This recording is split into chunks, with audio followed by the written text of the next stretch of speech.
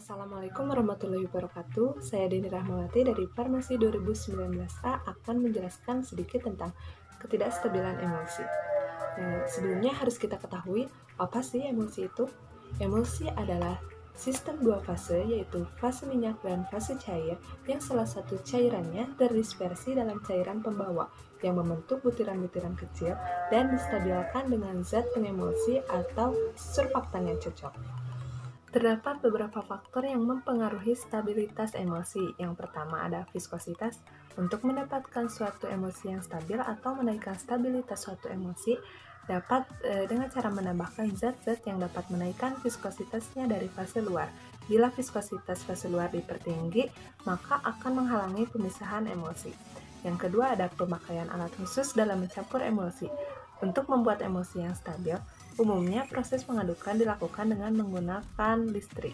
Yang ketiga ada perbandingan optimum, fase internal, dan fase kontinu. Umumnya emosi yang stabil memiliki nilai range fase antara 40% sampai 60% dari jumlah seluruh bahan emosi yang digunakan. Berikut beberapa fenomena yang berkaitan dengan stabilitas fisik emosi. Yang pertama ada inversi fase, yaitu berubahnya emosi tipe minyak dalam air ataupun sebaliknya. Inversi fase dapat terjadi karena pengaruh elektrolit dan perubahan rasio terdispersi dan pendispersi. Selanjutnya ada flokulasi. Flokulasi yaitu terbentuknya globul-globul yang letaknya tak beraturan di dalam emosi. Namun globul tersebut masih diselimuti oleh film, sehingga emosi dapat distabilkan dengan pengocokan. Fenomena ini disebabkan oleh energi bebas permukaan. Selanjutnya ada sedimentasi dan creaming.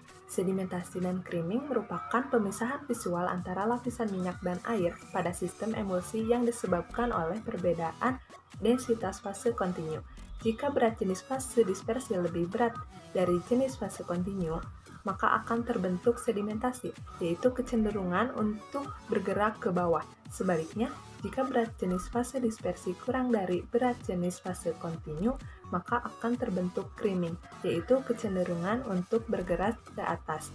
Terjadinya sedimentasi dan creaming bergantung pada kerapatan fase terdispersi, dan fenomena ini dapat dijelaskan oleh hukum Stokes. Selanjutnya ada outward ripening, terjadi pada emosi di mana tetesan bertabrakan dengan yang lain dan membentuk tetesan yang lebih besar dan yang lebih kecil. Tetesan berukuran kecil akan semakin kecil. Selanjutnya ada koalesensi dan cracking atau breaking. Adalah pecahnya emosi karena film yang meliputi partikel rusak dan butir minyak berkoalesensi atau menyatu menjadi fase tunggal yang memisah. Emosi ini bersifat irreversibel, artinya tidak dapat kembali.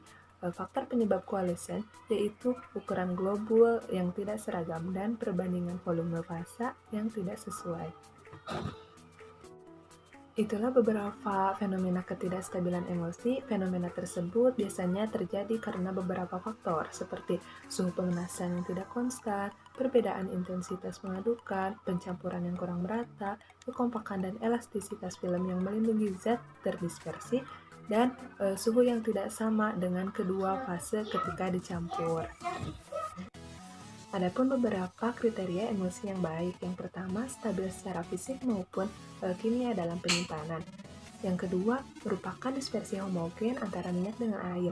Yang ketiga, fase dalam mempunyai ukuran partikel yang kecil dan sama besar mendekati ukuran partikel koloid. Yang keempat, tidak terjadi creaming atau cracking. Yang kelima, memiliki viskositas yang optimal. Dan yang terakhir, dikemas dalam kemasan yang mendukung penggunaan stabilitas obat.